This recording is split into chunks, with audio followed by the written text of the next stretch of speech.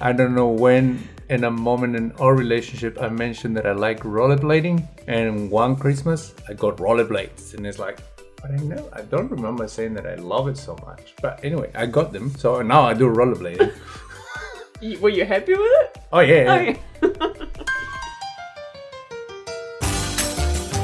Hey, welcome to Moonai Open Relationship, the podcast. Hi, my name is Gwen and I'm an open relationship coach. And I am Mr. T, her partner in crime. We're here to share an awesome journey with open relationship and non-monogamy.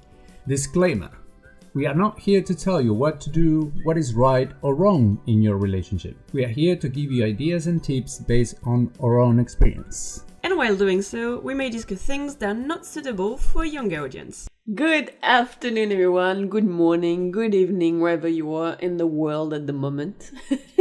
Why not?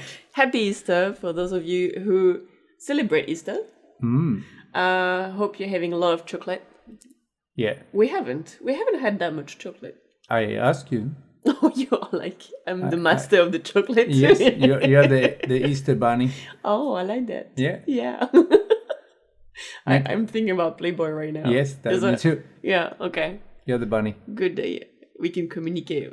Like, we've been together for so long. I can read your mind. Oh yeah. You are. Oh yeah. We are communicating like that. We get to that point in the relationship that we are talking to each other by just thinking things. Telepathy. Telepathy.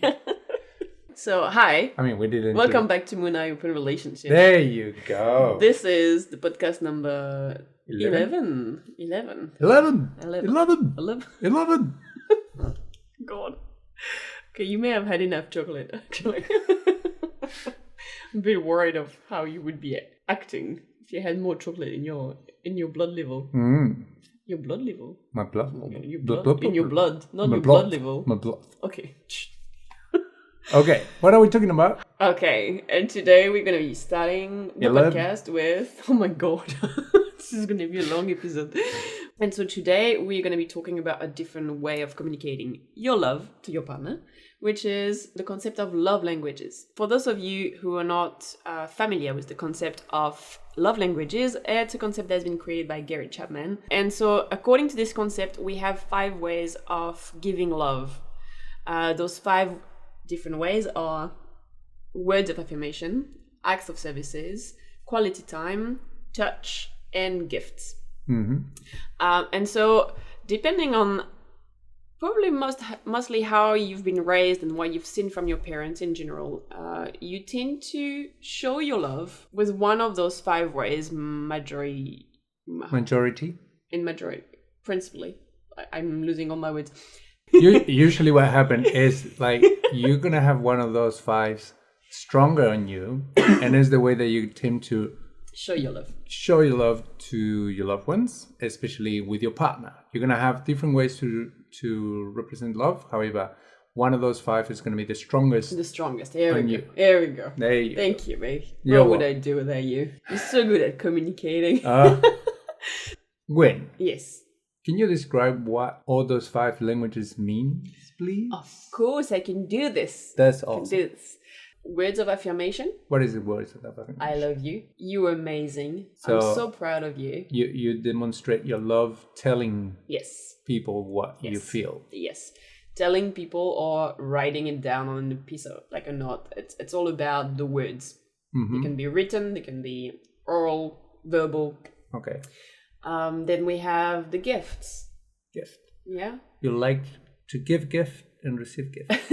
So it's not just about the physical aspect of the gift. It's also about the intention of doing the gift.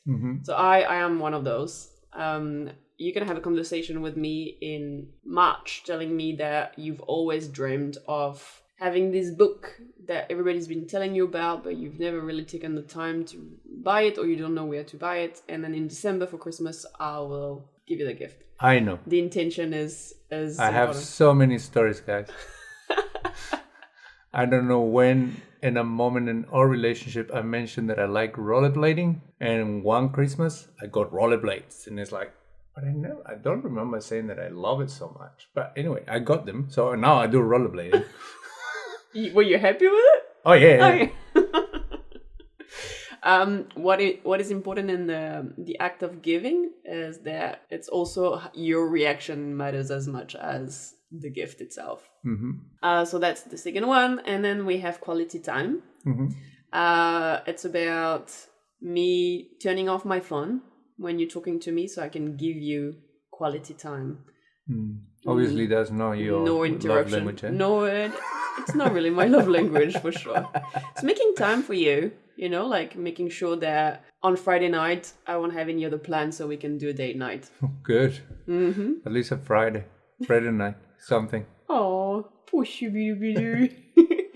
Then we got touch. That's me. Yay! Do you want to say what it is? You express your love physically. You need physical contact with the other person. Kisses, caresses, massages, hugs. Yeah. So is that how you give love? How is it how you receive it? I think it's both. Uh-huh.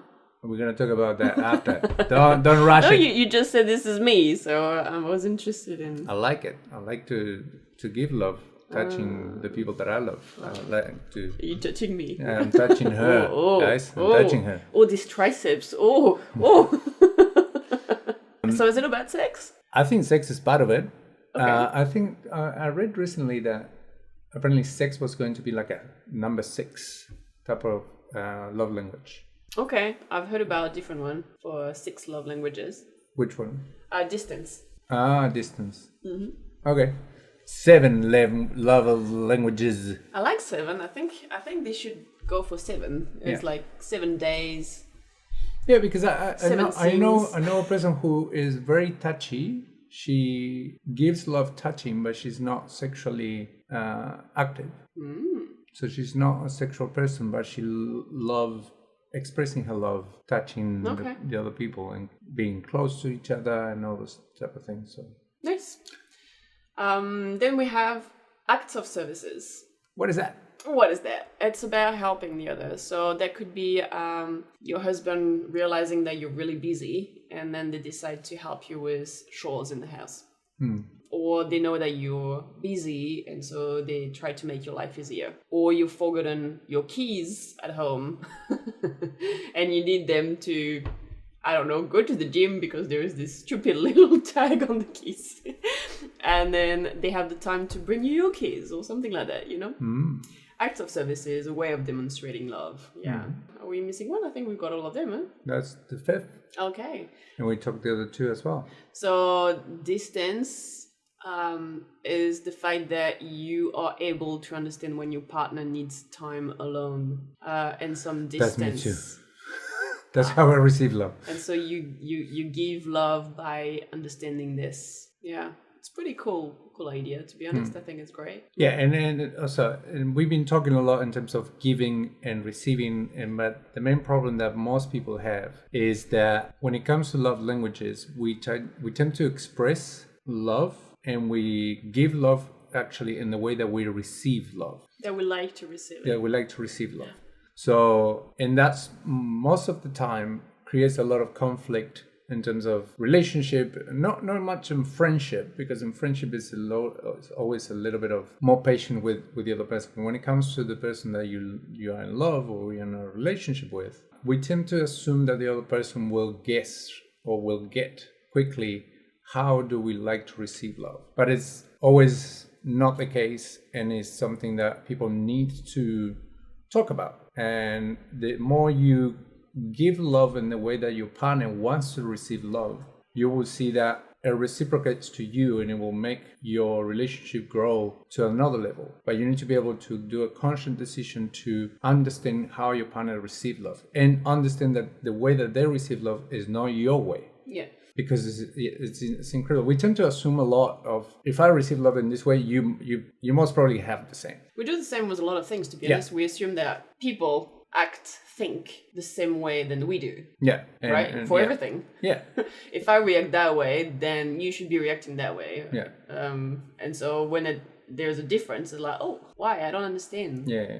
And it's a rejection. It's a lot of stuff that we tend to do towards things that are not normal for us, or not the what we think is the common thought around something. And I think that's a key element, especially, I mean, any relationship, open, not open, swinging, whatever you want to call your relationship, it's key to be able to have a harmonious relationship with your partner, and have like a balanced way. And know that it's not only one type of love language. We all have, from the 5th or 6th or 7, we have a little bit of each, but it's one that is kind of drive stronger in our body, in ourselves, and that's one is the one that you need to discover from your partner. And the more you touch that love language, it will make your partner fall in love more with you, because you are talking their language. That, and also realize that you love them, you know, because sometimes, okay, I'm gonna give you an example. This is not related to our relationship, but because love language is all about all the people that are around you and with who you're sharing love, right? I was really annoyed with my mom constantly coming to my place and starting to clean the whole house, even if it was already clean. Until I actually realized that acts of services is her main love language. That's how she gives love.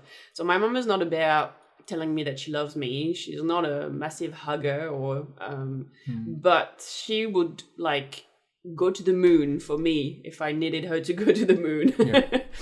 And as soon as I realized that her cleaning my house or wanting to do chores or whatever was just a way for her to show me how much she loves me, it just changed a lot, our relationship. I completely relaxed about it, and I just took all that love, you know? How do you give love, and how do you receive it? How do you like to receive it, would you say? Well, I have all of them, because I have... Just give me love. Just give me all of it. Distance is something that's really important for me, to understand when I need my time off, my time away. Active services, I don't know if I enjoy active services as much. Or I don't enjoy them. It's not the most important one. I don't tend to appreciate that as much. What about you? Quality time, the other one. Quality time. No, I don't think quality time is a love language for me. Okay, I enjoy quality time, but it's not something that I prioritize. That's how I receive love. You? Yeah. Yeah. I like to know that you are consciously making some time for me where you are like fully there. Not looking at your phone, not trying to do something else at the same time. So if we are, for example, watching a movie together and he's on his phone at the same time, it's like it's about not sharing that moment together. Yeah, which is quite funny, because she does exactly that when we watch a movie. She's on her phone playing games and watching the movie with me, but she get upset when I do it. It's completely logical. It is not. Quality time, touch definitely is important for me. Words not that much. I like to gift things with that intention of surprising you. Receive. No, you like to give me gifts. Yeah. It's not that I like to receive them, it's that you like to do them. You're so cute. Yeah. Oh, and acts of services. I show my love a lot like that. Yeah. Or at least I used to. The beginning of our relationship. We're trying to gain my love. Yes. Anyway. So, guys, if you want to improve your relationship, try to figure it out what kind of love language you and your partner have, and understanding how you give and how you receive, and vice versa with your partner. And like I said before, that will bring your relationship to another level, and it will improve all different areas of your relationship. Yes. That's it. All right. Let's go into story time. Once upon a time in a country far, far away. Hashtag New Zealand. So drum roll. We are going to hear today where Mr. T is coming from. We're going to hear a little bit more about your country. My country. La country. La country. And I think it's kind of connected with the first subject as well, which is a little bit of love demonstration. 60 times? 60 times? 60 times. Okay, first, where am I from? If you didn't guess yet, I'm from Argentina. Argentina. The country of tango. Oh. La Pasión. And 60 tall, handsome tango dancers. Okay. Anyway, it was not the part that we were talking about. I'm from Argentina. I was born in Uruguay. Wow. Which is a little country in between Brazil and Argentina. But my parents took me to Argentina, to the south of Argentina in Patagonia when I was a baby. And something that is very common in Argentina is the culture of motels, what we call motels. Not the same motels that are here in New Zealand. This is not what I experienced. This is not the same motel. It is not the same. Motels in Argentina, or telos, how we call it in Argentina. Telos. Mm-hmm. It's like hotel, but no, mix up. Oh, wow. Telo. They are motels by the hour. So it's motels to go and have sex. That you rent by the hour, you mean? By the hour, yeah. Okay. You don't stay the night. You don't pay for the whole. I mean, you can pay the whole night. Usually, one term is 3 hours.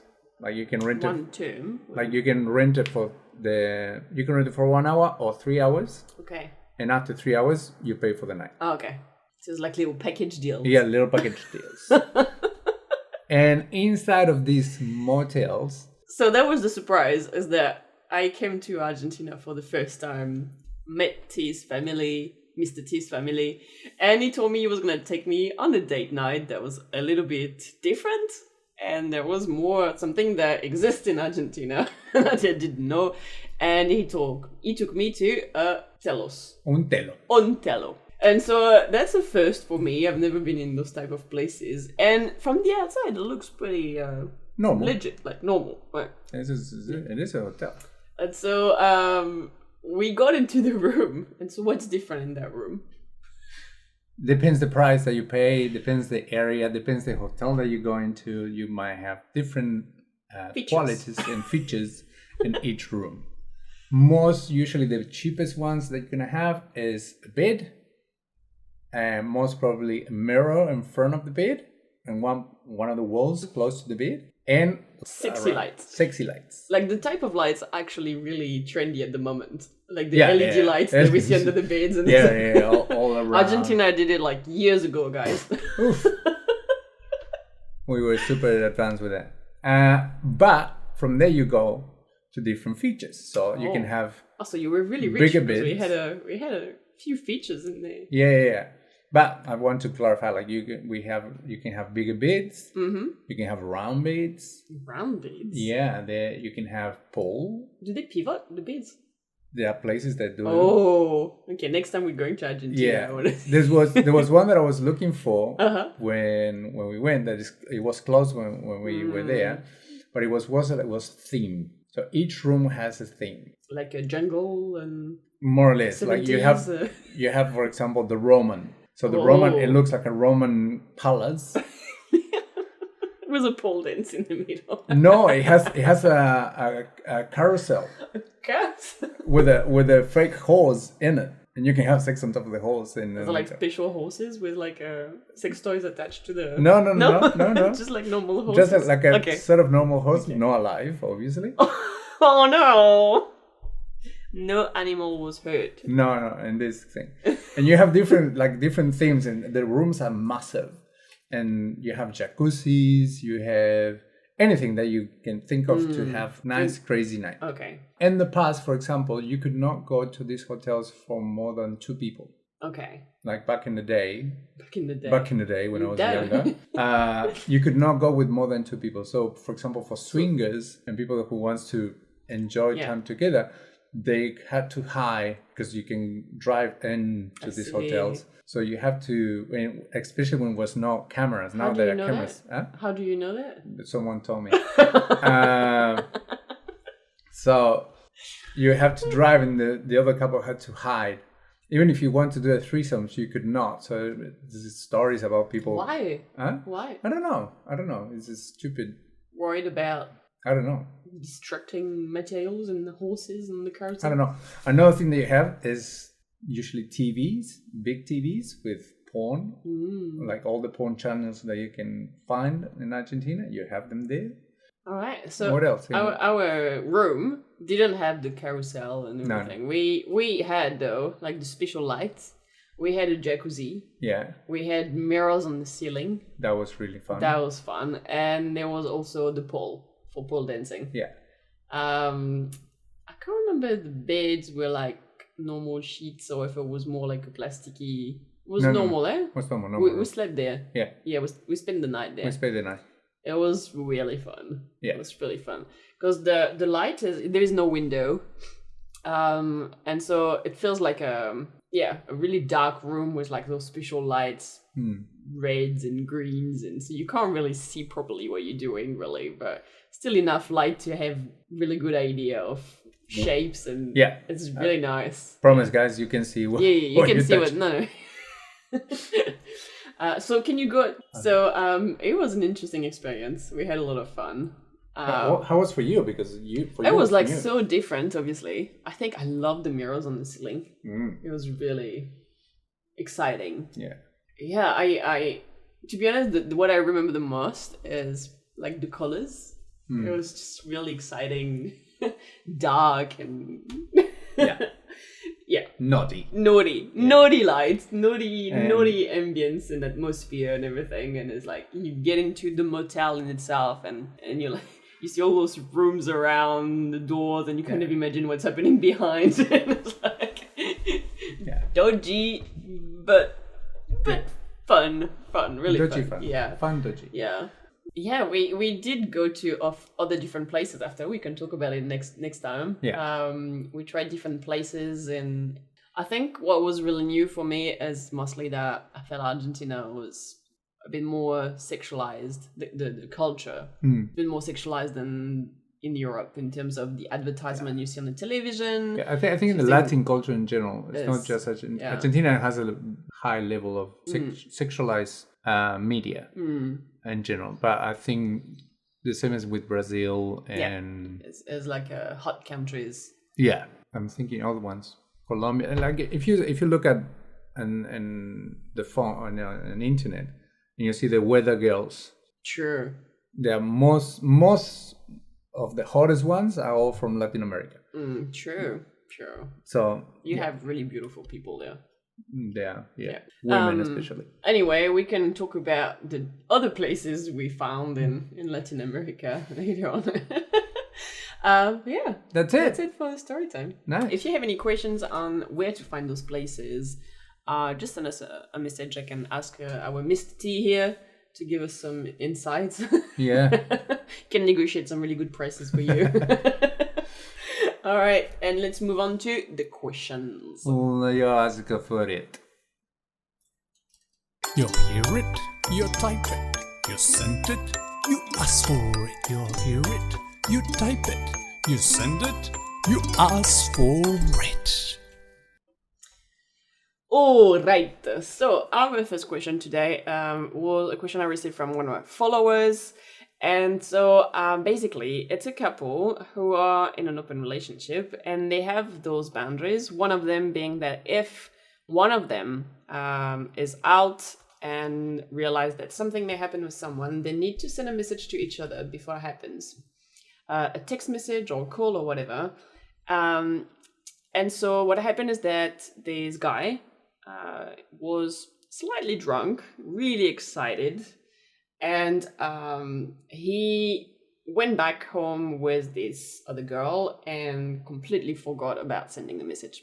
Realized a little bit later, did send a message to his partner later on, but it ended up being a bit of a drama with the partner being really jealous and uncomfortable with the situation. So how do you deal with a disrespect of boundaries? It's a long question. Well, it's more like a situation. The question in itself is not that long, but it's hard to answer sometimes because we don't have those type of boundaries to each other.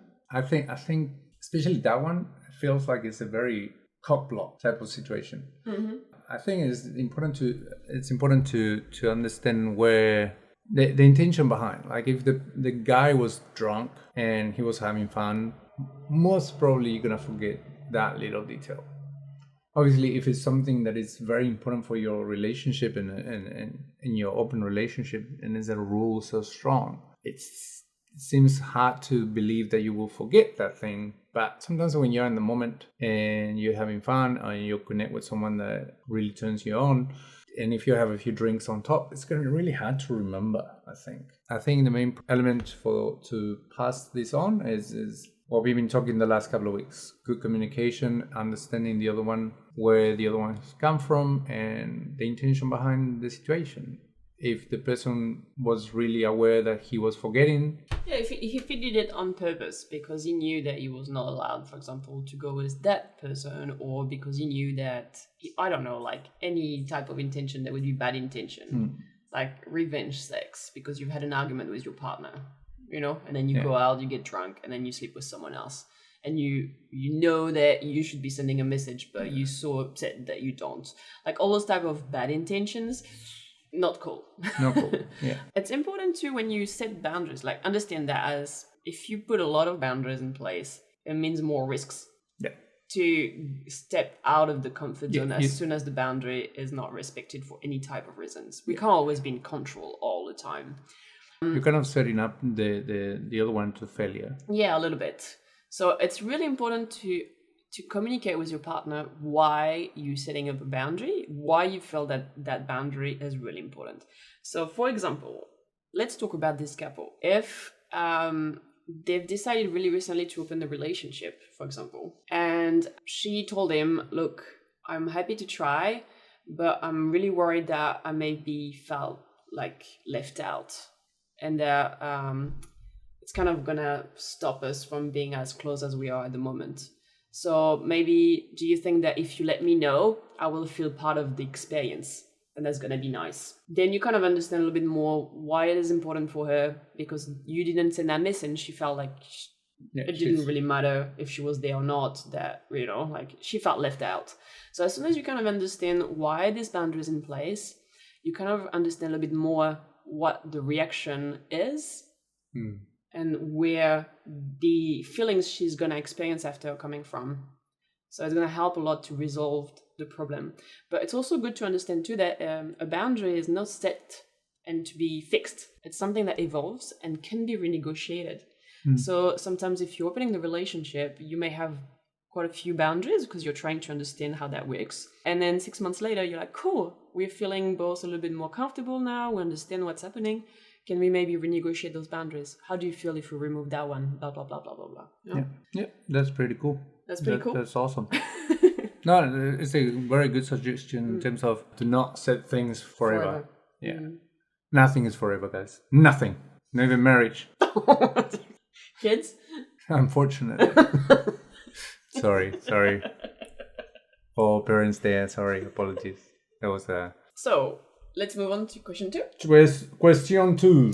So, question 2 is, what do you think about the don't ask, don't tell type of strategy rule in an open relationship? Ooh.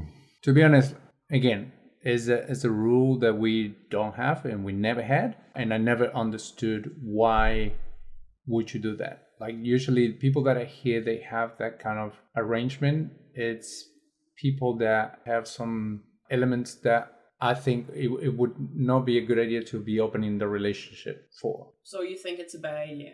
I don't know. Some people obviously have that and it works for them somehow. For me, something that I take out of talking and sharing the experience with you, as I always says this in past episodes, I enjoy a lot learning. I love learning, and I love learning from your experiences, because when you tell me what other people did, it kind of enlightened me to try new things and improve my sexuality and how I practice sex. So I don't understand why people would not do that.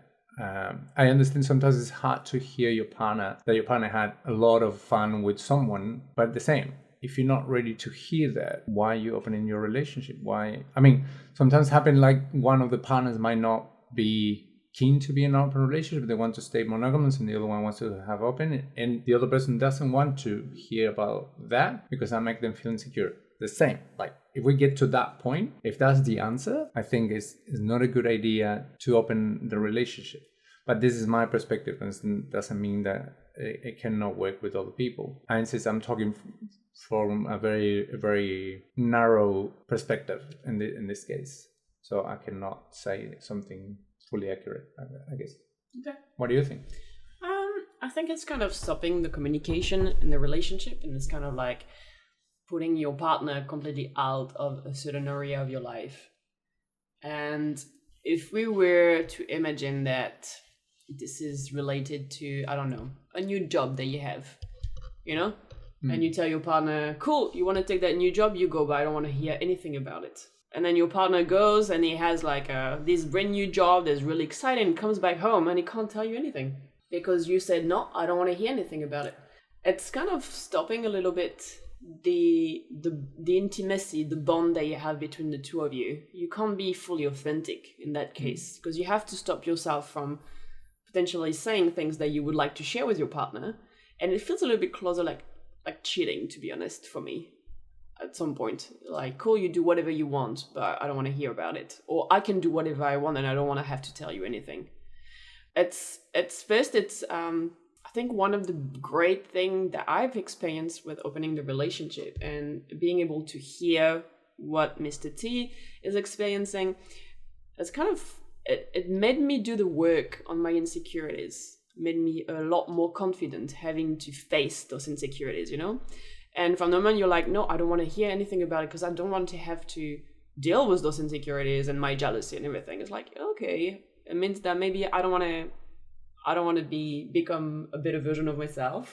It's kind of stopping you from doing the work. Yeah, look, like I said, if you're not willing to put the work, I think you might reconsider the situation with your relation with your partner, if that person is the right person for you. And the same, like I think, like you were saying before, it's really important to understand that those actions can take you to break up the relationship as well. Because this is what happened most of the time, and the stories of divorce and all that stuff. When you can share certain things with other person, with another relationship, and suddenly you can't share that with your own partner, and it makes you feel like, okay, something is missing, and sooner or later you're gonna get to the tricky part of the relationship. So I'm against it. For me, like I don't believe that this is a rule that is healthy and that it won't help your open relationship to be sustainable. So that's my opinion. Fuck it. Yeah. If you don't like it, walk away, motherfucker. So here it is. Let us know what you think. We always love to hear your opinion on different things. Yeah. We do understand that these are just our opinions and you have yours. If it's working on your side, I would love to hear it, to be honest. Yeah. I would love to hear your experience that maybe you have those type of rules in your relationship and it's working amazingly well. I would love to hear about it. I'm happy to change my mind. I'm happy to have someone telling me why my opinion is not maybe the best. Always open to different opinions. Yeah, we are talking, me particularly, I'm talking from a very personal point of view. When she's a professional in what she does, and she has a perspective that it's not only personal but as well professional. But as a professional, has a point of view, and I think it's very respectful. Thank you. So, but yeah, like you said, it's always good to hear someone else's point of view, and if it works, it would be good to hear to that too. That's it. This is it for today. Remember, guys, you can send message to Gwen on munaiopenrelationship.com, TikTok, Instagram, Facebook. You can't actually send me a message on TikTok unless you're my friend on TikTok. So you can be my friend on TikTok if you want to. Be friends with Gwen on TikTok so you can send her messages. Good messages, good vibes. And yeah, that's it. That's it. We will see you next week. We will bring more stories and more ideas. Baby. And yeah, thank you very much. Ciao. Ciao. And this, my friends, is the end of the episode. But don't worry, we will be back with the next one really soon. Ciao, ciao! This is episode number... Again, 11. We say 11. 11, 300 times. 11. We are 11. 11. 11.